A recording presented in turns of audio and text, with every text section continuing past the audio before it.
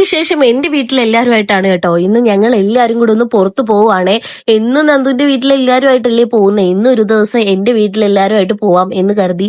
രണ്ട് വീട്ടുകാരെ ഒരുപോലെ കൊണ്ടുപോകാൻ വലിയ പാടൊന്നും ഇല്ല കേട്ടോ. പാവങ്ങളായതുകൊണ്ട് വലിയ ബുദ്ധിമുട്ടൊന്നും ഞങ്ങൾക്ക് ഇല്ല. പിന്നെ ഞങ്ങളുടെ ഒരു സന്തോഷം അവരെയും കൊണ്ടൊന്ന് പുറത്ത് പോവാന്നുള്ളത്. ഇവിടെ ഉള്ളവർക്കാണെങ്കിൽ ഞാൻ അവിടെ ഉള്ളവരോട് പോണതാണ് ഇഷ്ടം, അവിടെ ഉള്ളവർക്ക് ഞാൻ ഇവിടെ ഉള്ളവരോട് പോണതാണ് ഇഷ്ടം. രണ്ടുപേരും ഇങ്ങനെ തുടങ്ങിയാൽ ഞാൻ എന്ത് ചെയ്യുമെന്ന് എനിക്കറിയില്ല.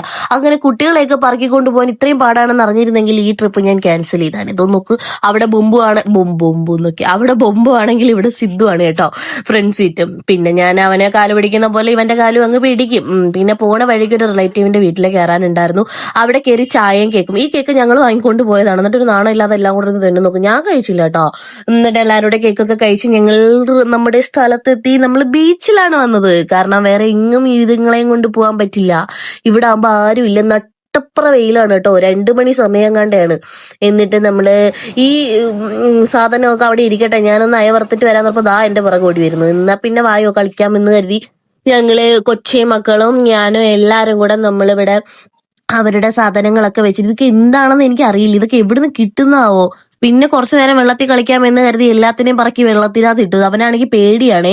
പിന്നെ ഞാൻ എങ്ങനെയും പേടിയൊക്കെ മാറ്റണം എന്ന് കരുതിയിട്ടാണ് വീണ്ടും കൊണ്ടുപോയത്. അപ്പൊ അവന് തലകുത്തി മറിയണം എന്ന് പറഞ്ഞു. എന്നാ പിന്നെ വായോ തലകുത്തി മറിയാം എന്ന് പറഞ്ഞു കൊച്ചു അവനെയും വിളിച്ചുകൊണ്ട് പോയി. കൊച്ചല്ലോ അളിയൻ അവനെയും വിളിച്ചുകൊണ്ട് പോയി തലകുത്തി മറിയാണ്.